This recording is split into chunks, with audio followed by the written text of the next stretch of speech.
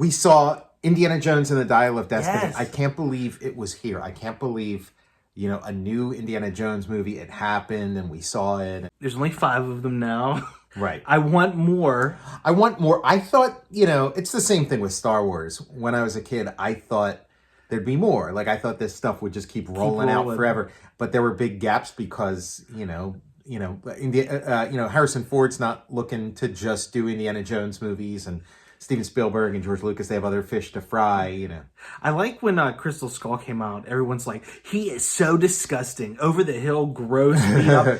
He looks better in Crystal Skull than I do right now. Like, what was anyone talking about at the time? Like, Dial of Destiny, I went in cold. I didn't really know anything. I saw a little, I think we watched the trailer and stuff. Yeah. But I didn't see anything beyond that. So I didn't know, I got the sense, okay, there's a time travel element. I thought there was some, there'd be a lot of time jumping. And I thought there was going to be kind of like a Slaughterhouse 5 kind of thing where he's but it wasn't. It wasn't that. No. It was kind of you had the World War II segment of the movie. Yes. And then you had the modern day, which was I guess 69. Was it? Yeah, 69. The I think Buzz Aldrin and the Moon Crew were scooting down the boulevard. Really great job capturing an era, and it is interesting, because when they did Kingdom of the Crystal Skull, it's oh wow, Indiana Jones in the 50s. This is different, but it's he can be in any era. So 60s. When we were watching it, kind of pans. You're in New York, and you see his socks hanging up at the window. Oh yeah. Pans over, and then there's the TV's on. And it's HR Puffin stuff, and you hear I heard the HR Puffin stuff theme before I could make out on the TV. This is great. Okay, I'm in this. And then boom, the Beatles Magical Mystery Tour blares in, and it's yeah, so awesome. Disney's we got to get back. They're might be easier to parlay those music rights into into indie this time. That was that was the whole you never know about what kind of side deals are being cut. The Donner cut of Superman 2 was sort of a side deal, kind of result of them doing Superman Returns, and negotiating to get Marlon Brando's footage into Superman Returns.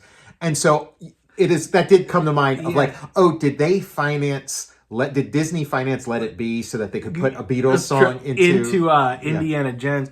And I think this time around, seeing Indy in a more modern setting, it was already Crystal Skull tempered it for us. Yeah. So it goes down a lot smoother. Not that it was a problem, but you're it right. eased us into this one. It's no big deal. Yeah, because Crystal Skull, it was kind of a new thing. It's I don't know how I feel about Indiana Jones in the 50s as opposed to, but it's no, the expectations are. And then also I love the movie. But it was missing the Spielberg X factor. Yeah, his craftsmanship and the blocking, scenes. I knew Spielberg would is a master of blocking a scene out, and that you were missing that. Yeah, and he was felt in his absence. The action was good, the story was good. Oh yeah, but yeah, the Spielberg, you just kind of know, It's the first Indiana Jones movie that's not directed by Steven Spielberg, so it kind of stands out in that way.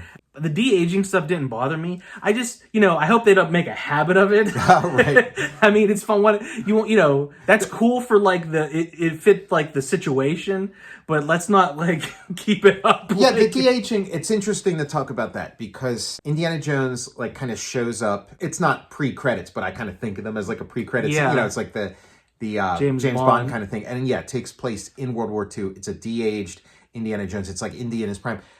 And you can see that there's still budget allocation because the first few shots, it's close up and I'm looking at it real close and it's this is pretty good. There's still some uncanny valley. But it's those were the best shots. And then as it went on, the lesser shots were coming in, it wasn't as good. And then there were some long shots of him running on top of the train that looked a little, shaky. Rudolph the Red-Nosed Reindeer special or something.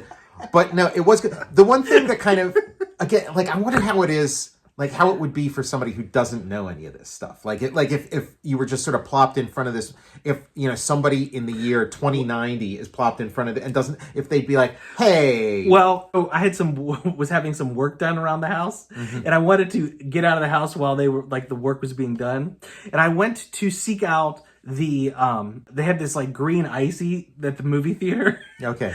And I was just gonna swing by to grab it. They didn't have the green icy, so I randomly saw Crystal Skull. Oh, really? Or not Crystal Skull, the movie again. Oh, you saw it for a second time? The second time. Oh, that's awesome. Yeah. And during the second... Was that something you were kind of like, after you saw it, were you kind of like, I'd like to maybe make another... I didn't think about that. It was, I guess I wanted subconsciously to your subconscious led me there.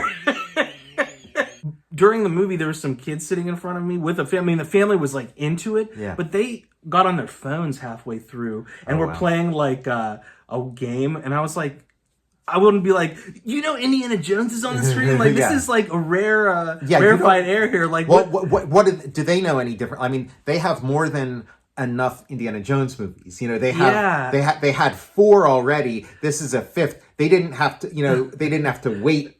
In real time for each one to roll out. So, but it was a packed house too. Okay. Hot. The crowd was laughing.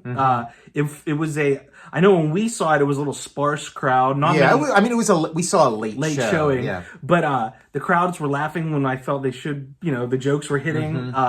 They were engaged because there was some downtime in the movie. The de-aging, one more thing about it is that one thing I was kind of conscious of is it looks like 1981 Harrison Ford, but then he kind of moves like 2023 Harrison Ford. Yes. He kind of has he's not quite as limber or lithe, and he's got a little more of a comedic kind of old man shuffle that he didn't have when he was younger. I feel like he's kind of you work with what you've got. Yes. And he's learned over the years to okay, my body's starting to stiffen. These things are I need to lean into that, Tom, so that was something that sort of stood out. Because it's young Indiana Jones, but he's doing a lot of that kind of stuff. Vocals were fine, but at the very first stuff he was saying, it was 80-year-old Indy. His deeper, gruffer. Right. And then I kind of just dissipated. Yeah. But just the first few notes, he was like, hey, it's me. He's like, oh, wow. One of the things in the movie, there's you see Indy's revealed and stuff. You see him and stuff. And then a little bit later, his buddy, who's, I forget the actor's name, but he played... Toby Jones, yeah. He was... MODOK, he's a Disney, a Marvel guy. He was MODOK, but then he was also not MODOK. He was Arnim Zola. I'm gonna lose my Kirby credibility calling MODOK Arnim Zola, but he was Arnim Zola. But then he was also Truman Capote. He was in a and I was like, wait, isn't he dead? Isn't the guy who played Truman Capote dead? But then I was thinking of. There's 2 Truman Capote movies. One of them was Philip Seymour Hoffman. Yeah, so I was getting those kind of mixed. I liked his Bavarian his Toby Jones's costuming in that opening scene. Mm-hmm. Yeah, sort of lederhosen or whatever. But stuff. He when they're interrogating him, they're asking your associate, what happened with your associate, and then they pull out of the bag the hat and the whip.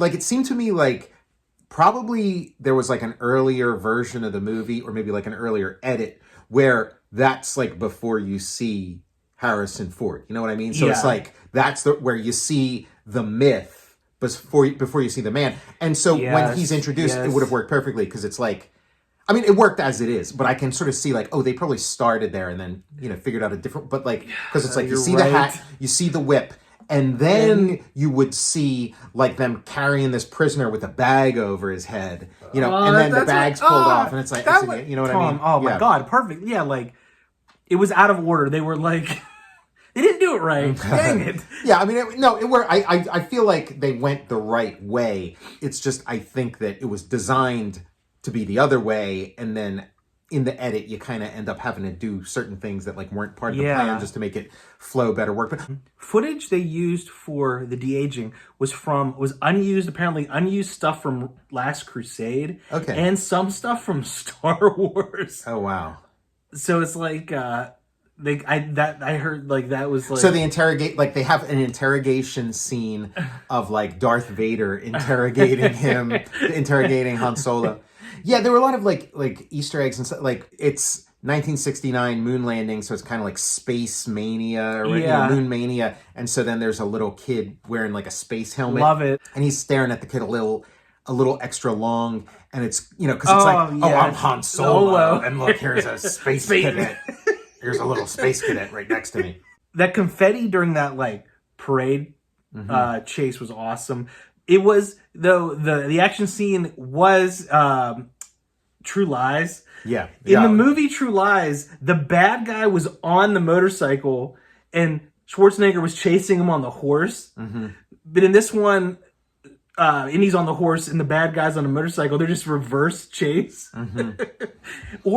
or Spy Hard with Leslie Nielsen, Agent Dick Steele. The action scenes were good. I did miss the hand of Spielberg because with Spielberg, it's always like crystal clear. Oh my God. Exactly what's going on, what you're supposed to be feeling, like what, the stakes, everything is, and in this, it was like, yes. not quite, it was good, but it just wasn't quite, that. In Spielberg, like cherry picking like scenes from the indie movies, he does a lot of like those chases in like broad daylight. Yeah.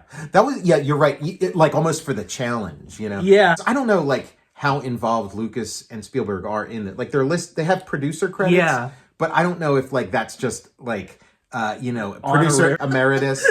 I don't know if it's like an honorarium or something. Because there were a couple things like there's like a scene with a bomb that sort of drops and doesn't go off. And then that was such a great gag. That felt like a George Lucas. It felt kind of quirky, like a George Lucas idea. But they scour the deleted scene. It's like, okay, what were we planning to do in the last 4 movies that we didn't get to fit in, and they've been doing that all along, because there was like in Temple of Doom, there's like that scene where the gong starts rolling and he's running behind it. Like that was an outtake, like that concept was an outtake from Raiders of the Lost Ark. I didn't know that. That's amazing. Yeah, so it's like there's a lot of recycling going on. So I wonder if any of these are like recycled bits and pieces.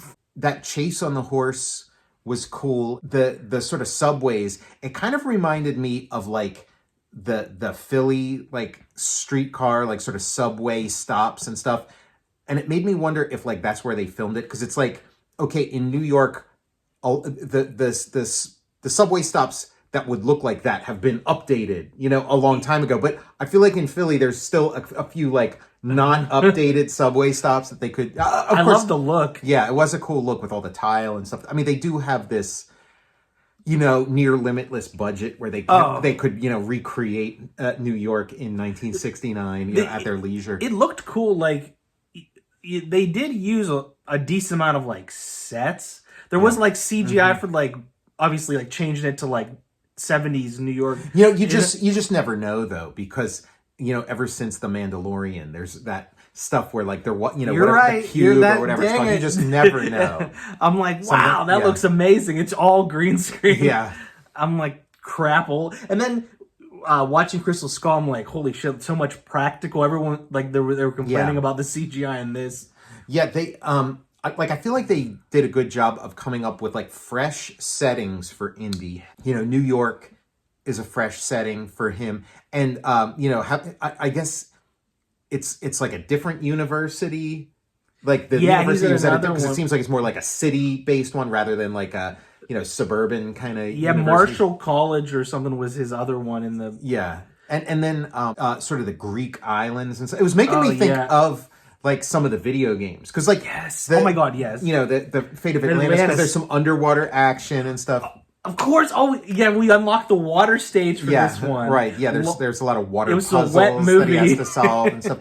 And and Phoebe Waller-Bridge is his niece or his goddaughter. I was wondering about like who is that? He's like, it's my friend's daughter. Instead of saying like all that, he's just like, they gave him shorthand to say. It's like, how can we like shorten his introduction? Well, also it thematically, it's like you're off having all these adventures, and you should be like, she's somebody you should be looking after, like, because they do talk about like what are the responsibilities of a godfather, and it's like, well, there's things as a godfather he should have been doing and he didn't, and that's why she kind of is missing a couple She was a great character. Yeah, great addition to it, and yeah, you could tell, like, just like with Mutt, where it's like, okay, this is like a plan where it's like, okay, if Harrison doesn't want to do any more of these, it'll be Shia LaBeouf. That did not work out. And then it's like, okay, if Harrison doesn't want to do any more,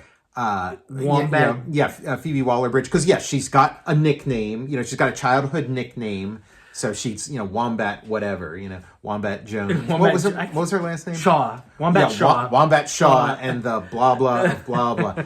And she was like Indiana Jones in Temple of Doom or in Raiders of the Lost Ark, where she's a morally compromised character. She is like a grave robber and stuff, like all this stuff they accused Harrison Ford of being in those movies. And it really isn't until The Last Crusade where they establish Indiana Jones as this like sheriff, where he's like, it belongs in a museum. That was like never part of the character prior to that. It was always like he was kind of this rogue. He would kind of fuck people over, and he would like steal and take things that don't Fortune and Glory. Yeah, Fortune and Glory Kid. And now, of course, you could say there's character development because the quest to find the Ark of the Covenant changed him. Like he couldn't be the same guy after that life-changing experience, that he found some kind of enlightenment and spiritual. But they kind of backload it into him in with like, it belongs in a museum, like having him say that ever since he was a teenager. I also think it's part of the same impetus that led George Lucas to have Greedo shoot first and stuff. Like I think George Lucas had some kind of change of heart, maybe some kind of like spiritual awakening, something where he's like, okay, I can't have these like 70s anti-heroes in my movies anymore. They got to be like the Boy Scout. Yeah, Boy Scout. And so he turned Han Solo into a Boy Scout. He turned Indiana Jones into a Boy Scout. Literally a Boy Scout. He's a Boy Scout in The Last Crusade. Spielberg like loves you. In the Fablemans, we had some scouting. Mm-hmm. Was there? I remember like an Indiana Jones and the Spear of Destiny. Now, was that? I think that might have been like a proposed script or treatment that they were going to do back when it was like going to be M. Night Shyamalan directing an Indiana Jones movie. I feel like Spear of Destiny was like in there at some point, or maybe it was a video game. Yeah, Spear of Destiny. I think that's what it was. I think that a video game. I think it might be a video game. Yeah, but I could be wrong though. And I remember the Spear of Destiny and it wasn't in the Fate of Atlantis. No, Fate of Atlantis. Or maybe they were looking for the Spear of Destiny in the Fate of Atlantis. But I'll have to look that up because I do remember the Spear of Destiny, and so it works its way in there. It's kind of. It's like a secondary treasure. I love those, like the Cross of Coronado. Cross of Coronado. Antonio Banderas shows up as like a sort of Jacques Cousteau kind of character. Dude, we're gonna have to do a Zorro episode because like it was Zorro meets Indiana Jones. I know that's what like Amblin and Spielberg was the executive producer on Banderas' Zorro movie, and he was like they wanted to work together again. Yeah. But if only talking about like cowboy movies and cowboys and stuff, and I realized like, oh yeah, Indiana Jones is kind of like a way of making cowboys acceptable to a generation who didn't grow up with cowboys. We didn't grow up. We didn't grow up with cowboys. Weren't like a thing for kids when we were kids. But Indiana Jones, it's like you turn the cowboy hat into a fedora. But he's on the horse and he's got his his gun in the holster, and and instead of a lasso, he's got a whip. Yeah. There was an article about him riding horses in Dial of Destiny, and he's like, tell the stuntmen to stay the fuck away from me. He's like, I want to ride like an old man. That's what he said. It's like quoted. There's spoilers coming up, and so like end the video if you're if you still haven't seen it. Countdown to spoilers. Yeah, it's still a fresh movie, but I did appreciate that they it was like the tail end of World War II, like seeing Indy in the midst of World War II. Yeah, that there's like there's a progression. That it's like this movie jumps through time in a little bit, and all the movies kind of but it's like we saw Indiana Jones like pre-war in Temple of Doom. We saw him during the war in Raiders. We saw a little bit later in the war in Last Crusade, and now we're seeing him at the end of the war in this one. Where and Crystal Skull was like, war's over, new war. Now we're into the Cold War. There's another, like, we're gonna have to do an episode about the Young Indiana Jones episode with Harrison Ford in it, because there's one with Harrison Ford in it. The Mystery of the Blues. And there's a lot to talk about in that one too. In the other Indiana Jones movies, he's kind of like he's just like kind of a freelance guy who gets caught up in the war. And he hates Nazis and all that stuff, but he's just kind of caught up in it. But and Germany has declared war on the Jones boys. But I should have sent it to the Mons brothers. In this one, it's tail end of the war. And he's like, he's fully drafted or like he's enlisted. He's like a spy. He's not just some free agent caught up in this stuff. He is, actively part of like the OSS.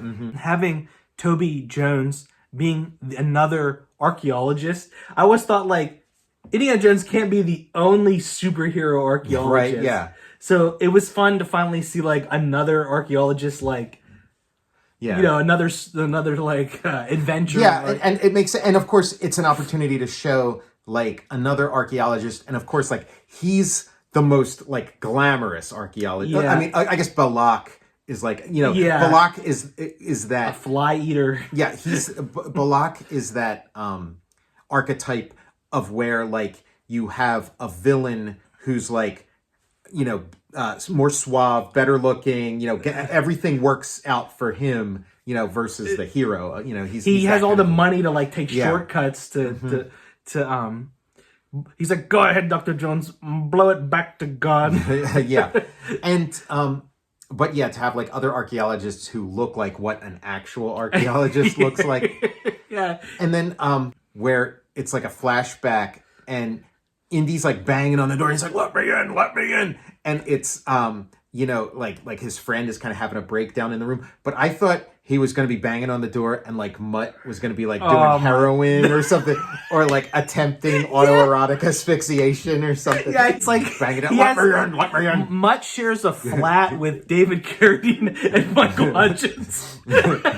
he's like, I've got to get him out of there. Well, we did the countdown. Let's start doing the spoilers.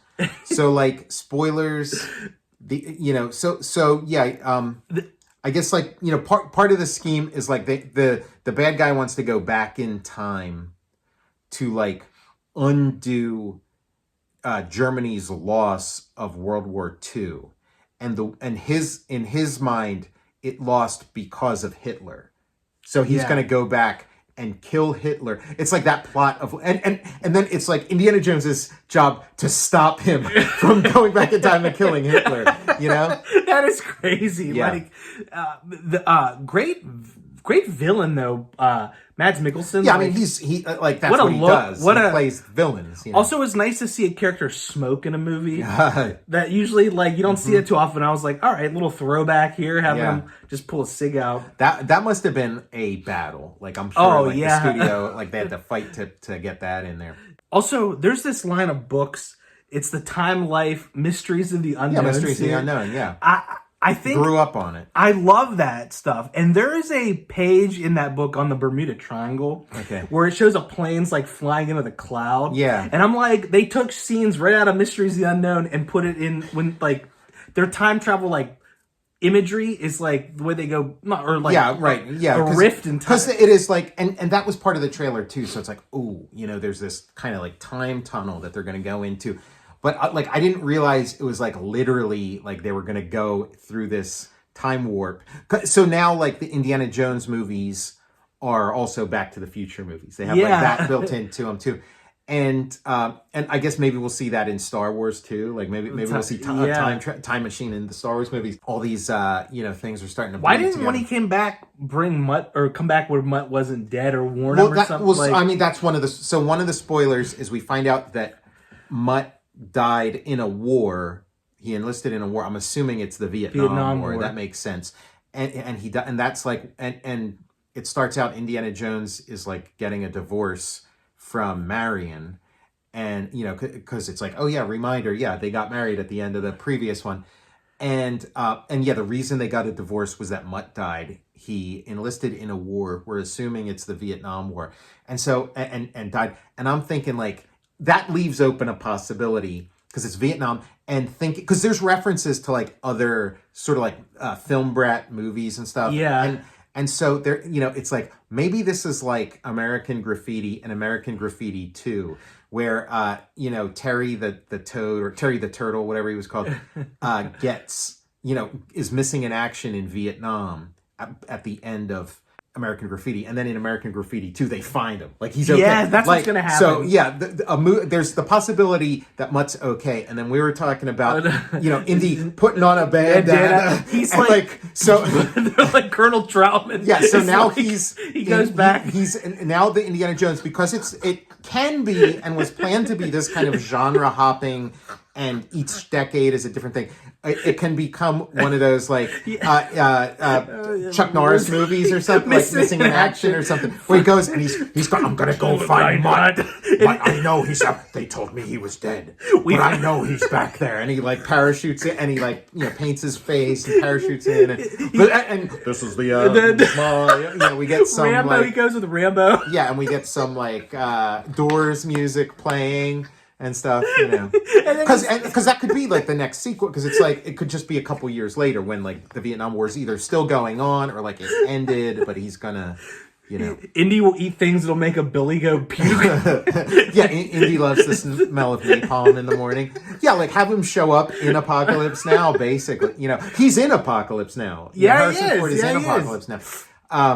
So find Mutt with extreme prejudice. It's leaving that open, because it was kind of a bummer. Like, even though like, because like the world has feelings about Shia LaBeouf, I think they felt like, yeah, we can kind of like brush him under the rug. Nobody cares. Like we're not going to give him a happily ever after. It's going to be like Charlie Sheen in 2.5 Men. How like when Charlie Sheen left 2.5 Men, when they came back with the storyline, it was like, oh yeah, Charlie died in this, like he was run over by a train and his body was split into like 9 pieces. It's like they came up with this really grisly. I did not know that's what happened. And there might even been erotic asphyxiation involved too. Like he might have like hung himself and got run over by a train. But it was like they came up with this elaborate, gruesome death, and it was for comedy, because it's like ha, Charlie Sheen, poo poo on you kind of thing.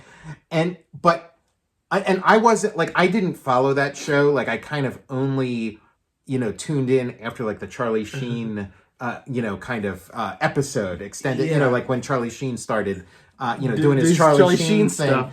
And I thought, you know what, like somebody if somebody's been like following this show all these years and into it, I'd feel really angry. Like, yeah, even though Charlie Sheen did all this stuff, I'd be really angry that they like just cavalierly killed off this character that I've been like following my whole, the whole run of this series or whatever. Like, it just seemed odd to me. And I understand how they could, like, how they think, oh, this will be great. Everybody. People are gonna like be like, yeah, but it's still like a show, and it's the same with Mutt. It's like, it's still like, oh, wow, yeah, like whatever your feelings are about Shia LaBeouf or about his performance in that movie or his role in the Indiana Jones story, it's still like Indiana Jones' son, and they're just going to kind of like, brush him under the rug. And whether you liked him or not, you still feel super bad for Indiana Jones, what he's going through. It was a bummer. That's a real problem I have with the movie. Mm-hmm. That like I don't go to see Indiana Jones movies for that level of like meta contextual sadness. Really? Oh, sure, yeah. Like I can go elsewhere to find that kind of like I go to these to like avoid this kind of right. pain. It's escapism, and all the other it like also retroactively like hurts the other movies, right? Because the end of that one is like this like happy and I wonder what George Lucas thinks about this thing that he did put his perfecto stamp on the crystal skull. He put his perfecto stamp on Indiana Jones having this beautiful like happily ever after with his son and his wife and all that kind of stuff, and then to have that like scrapped. It's a little weird, but again, the deliciousness of this sort of headcanon that we've sort of come up with, where the next Indiana Jones movie is him going in to rescue Mutt from a POW camp. That's going to be awesome. Yeah, that kind of, and it's going to be sick. If you need us to write and direct the next Indiana Jones movie with that's our pitch. That's definitely our pitch. And I'm going to do a little Harrison Ford finger acting. He's always doing this kind of stuff. And it put that into perspective when you told me about the deleted scene in E.T. Right, yeah. I went to watch it, and I did. And when I was watching it, it didn't show his face, only his hands. And he was doing the Harrison Ford finger stuff in there. I was like... You watch him like shuffling a deck of cards, and they're like all going between his fingers. And then he's like doing that thing where he makes a pencil go like between his fingers. He did it in this movie, in Dial Destiny too. I can't remember. When he was grabbing the phone, the phone, he was doing his finger play on that, the green phone. I was like, he was doing Chisenbop. Like you need like a rotary phone to do all that stuff. You can't do that stuff with a cell phone. You need like the cord to play with. And once again, love Dial Destiny. It was funny too. Like, did anyone clear him of that murder? Yeah, and the Dial of Destiny is like a good MacGuffin. Like the thing he's looking for, not wanting that amount of like depression and reality in your escapist Indiana Jones adventures. That is sort of a natural consequence of continuing these franchises where, it's like an 80-year-old Indiana Jones. So naturally, the movies aren't going to get more lighthearted and more flippant. They're going to get more like heavy, like you're going to be dealing with death. Like that's what we saw with the new Star Wars trilogy. Yeah. It's like, it's unavoidable. You're seeing the age and the mortality of these, childhood heroes, these sort of icons in them. So that's just a natural consequence. It is going to be about death and divorce and things.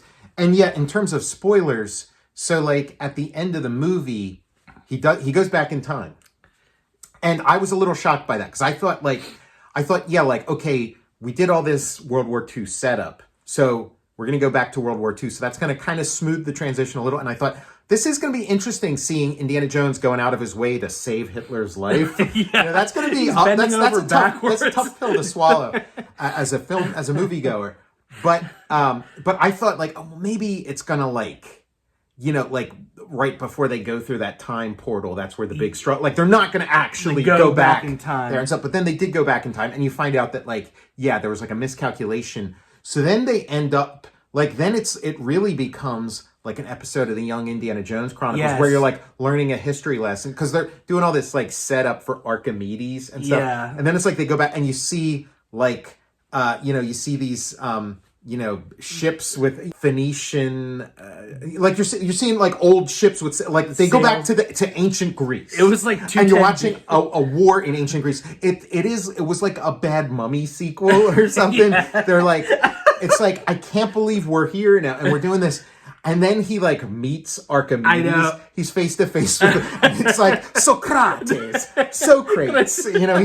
He's meeting Archimedes or Archimedes. He's meeting Archimedes.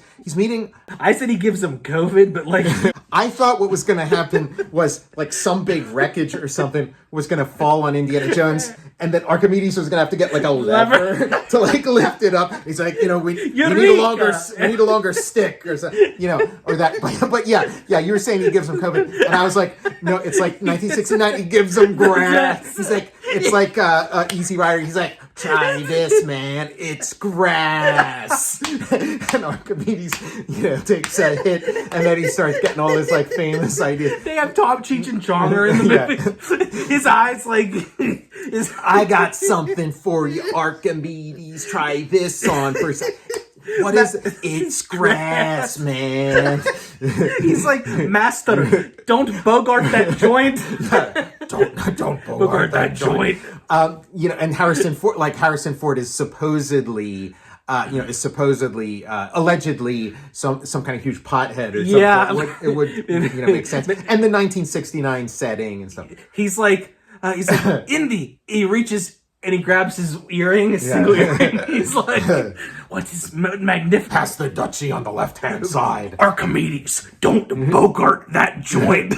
So, and then he's thinking about staying with Archimedes, and it does kind of harkens back to Last Crusade, where it's like there's that knight, and the but that was tough. That was like I was like, I'm not fully on board with this movie. And you know what else it had? It kind of had like some elements of the first Raiders of the Lost Ark, where where he's not really like an active participant in like the final parts of the movie, where it's like he's kind of just like the bad guys are their own undoing, and he's just kind of there. Yeah. And even like he's like, I'm gonna stay here, and then Phoebe Waller-Bridge punches him out, and then he like wakes up back in his apartment, and it's like, was this whole thing a dream? And so like they went back in time, they changed some stuff, and then they come back, and then he's back where he started in that apartment where he was watching H.R. Puffin stuff, and the neighbors were playing the Magical Mystery Tour.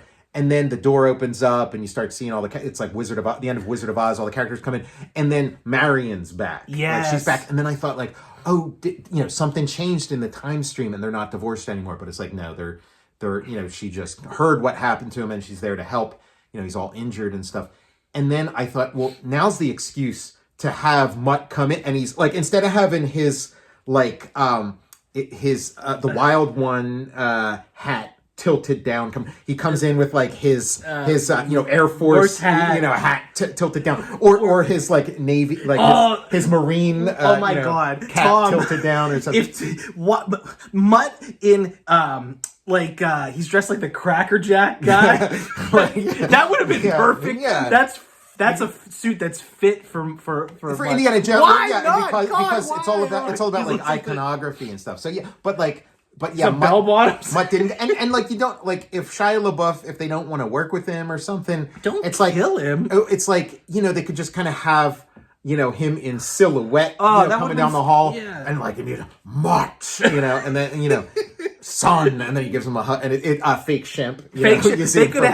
They could have had like fake Diesel and the Razor Ramon, like have another actor come in. I don't like maybe. Like, I don't know, maybe people really don't care. But to me, it felt a little like off note. But yeah, leaving room for a sequel. And then they kind of made Kingdom of the Crystal Skull feel like, oh, this could be the final one, or like at least Harrison Ford's final one, and the hat rolls out. And then when Mutt's about to pick up the hat, Harrison Ford picks up, he's like, hey, Junior, and he gives him the biggest smile we've ever seen Harrison Ford. And so then this one has a similar thing where it's like his hat's hanging on the clothesline. And it's like, yep, Indiana Jones is hanging up his hat. And then and the little iris starts to close. And then at the last second, he reaches in, grabs it, and pulls it out. That was great. The ending of Crystal Skull, like, you're right. It hurts, and it should like they. It's like they all lived happily ever after. After the first, I know like Raiders has that iconic shot in the warehouse, but like Crystal Skull's like ending at the wedding, the way it looks is like my second favorite ending after like Last Crusade, where they ride off into the sunset. Yeah, that's like a great ending. If we have to have another one, that wedding scene is so good. It seems like they're setting Phoebe Waller-Bridge up to take over the franchise, but maybe it's like a Disney Plus like series of her adventures or something. Like the box office, I don't think it's warrants a feature. Yeah, I mean, so I heard that like it did really bad, but then I don't. Maybe this. I didn't hear anything about this weekend. Maybe it had some miraculous. Like maybe it grew or something. I don't know. Like, but barring that, this might be the last time Indiana Jones puts on the hat, so... Please go see it. We might have a 100% CGI Harrison Ford, putting on the bandana and going into Rescue Mutt. Uncommon Valor. Yeah. He's like... So, yeah, it was, again, I'm still digesting it. Like, I really enjoyed it. I had a good time. It was a good time at the movies, from start to finish and stuff. There were some parts where it started to lag. There are some parts where if I were a different person, maybe I would have checked my phone too. And the ending was kind of for like the ending, like the sort of last act or whatever. It like worked well enough for me, but I was not 100% sold. So I'm going to need some time to process it. It does deliver a lot of the stuff you're looking for from an Indiana Jones movie. But I don't know where I rank it. The script for The City of the Gods is so good to me. Yeah. And like, I wish the script with flaws and all for Dial of Destiny, I put that over Crystal Skull. Okay. I just wish it's like we can never get what we want. It's like I wish Spielberg was around to direct this movie. I thought the MacGuffin of like the Dial of Destiny was a good one. Like, because like Cross of Coronado is like completely made up. You know, Ark of the Covenant, you know, the Holy Grail, like these are all like legendary, like whether they really exist or not, they are part of like legend and stuff, where Cross of Coronado was like a cinematic invention. Dial of Destiny, did you do any like research on that? Like what that is? No research. We're talking about the Mysteries of the Unknown book series. I'm feeling anything that's in the Mysteries of the Unknown book series is fair game for like an Indiana Jones movie. So like if he wants to go after Bigfoot or he wants to like, you know, anything in that series, Bermuda Triangle, like is indie. It's like fair game for indie. But didn't do any research on it. Like, good look to it. It's like an iconic, like kind of like it was a nice cool, prop. like object. You could tell they're gonna like be selling that, you know, as like in those prop things. One of the big things going into it is like we just reviewed Octopussy, James Bond Octopussy. Oh my gosh! And so there's those cab chases. I guess they're called tuk-tuks. At least that's how Indiana Jones pronounces it in the movie. I don't know if it's called tuk-tuk or whatever, tuk-tuk. But yeah, so it's two things you can put next to each other. The chase in Octopussy and the chase in this. Now, the chase in this was much longer, much more extended, had a lot more character bits, you know, it unfolded the way sort of like a modern action scene unfolds. And it works very well that way, where the Octopussy scene was much more truncated, much more like didn't convey quite as much information. But I feel like the James Bond, the Roger Moore Octopussy version is like so far superior. So much more. I mean, first of all, it's like, you know, it's practical. It's all practical. There's that. But it's like the chase in Indiana Jones was very sparsely populated. Like those roads were wide open. Yeah. Where like in Octopussy, it's like densely populated. The crowd that's on the street is all part of the action, part of the comedy, part of the action, part of the suspense, and like so it's like another notch in Roger Moore's belt on this one, you know. And that movie is getting like the next one. There's going to be another, like in the next Indiana Jones, he's going to be in an alligator, right? Yeah, like that movie is being pilfered. Like the train car circus chase from Last Crusade, plucked out of there. The palace scene in Temple of Doom, plucked out of there. Like it's the gift that keeps on giving. Yeah, great movie. Yeah, it's great to have like this great James Bond movie that everybody thinks stinks. So then like nobody's looking while you're like, you know, picking his pockets.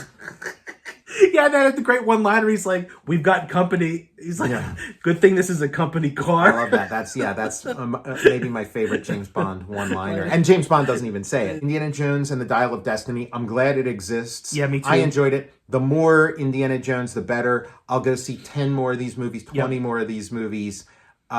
Where it ranks, I'm not sure. It's maybe my least favorite James Bond. I mean, my least favorite Indiana Jones movie. But I don't know. Maybe like as I have some time to sit with it, maybe it'll find some other slot. But that's where it is right now. But yeah, still pretty great. It's still pretty great. It's I accept it as an indie movie. And like, there's parts in Crystal Skull that are like completely ridiculous, and I'm not on board with at all. But there's like enough other stuff that I really love it. Where there wasn't that much in Dial of Destiny where I was like, I'm drawing the line here. Like it was pretty agreeable. That's what made me disappointed that we didn't have Spielberg directing. Because I'm like, man, this is like, you know, if only he just like his action direction and directing the movie overall would have elevated it a little. You know, Spielberg's doing his own thing, and Disney owning all this stuff, and George, like maybe like I could see him being like, hey, if George isn't, you know, my partner on this, then what am I doing? I don't want anything to do with this. You know, there's a bunch of reasons. That's a good point too. I am curious what level of involvement they even had with this. Yeah, again, like, it's interesting. Like, I wonder if it's like more involvement than they had than Lucas had in like the new Star Wars movies, but they're like, don't let him on the lot. But it might be the exact same level of like zero involvement. But it just shows you how good of a director Spielberg is. Yeah. James Mangold is nothing to sneeze at, and he's trying his best, and he still's like, he's not a Spielberg. Yeah. Yeah. So I'm Tom Scioli, author of Jack Kirby, The Epic Life of the King of Comics, I Am Stan, a graphic biography of the legendary Stan Lee, and Jack Kirby's Star Warriors, starring Adam Starr and the Solar Legion. All three of those books are available for pre-order by following the pre-order links in the show notes below. I'm Matt Zeoli. Please follow me on Twitter at Tom Scioli, on Instagram at Tom_Scioli, and support my Patreon at patreon.com. Search Tom Scioli when you're there. Follow the show on Instagram at total_recall_show. And yeah, we'll see you in Vietnam. In Vietnam. In the Indiana Jones sequel, Indiana Jones Part 6. What's he looking for when he's there? Indiana Jones in the POW camp of mystery. Yes, or like Indiana Jones 6, The Search for Mutt.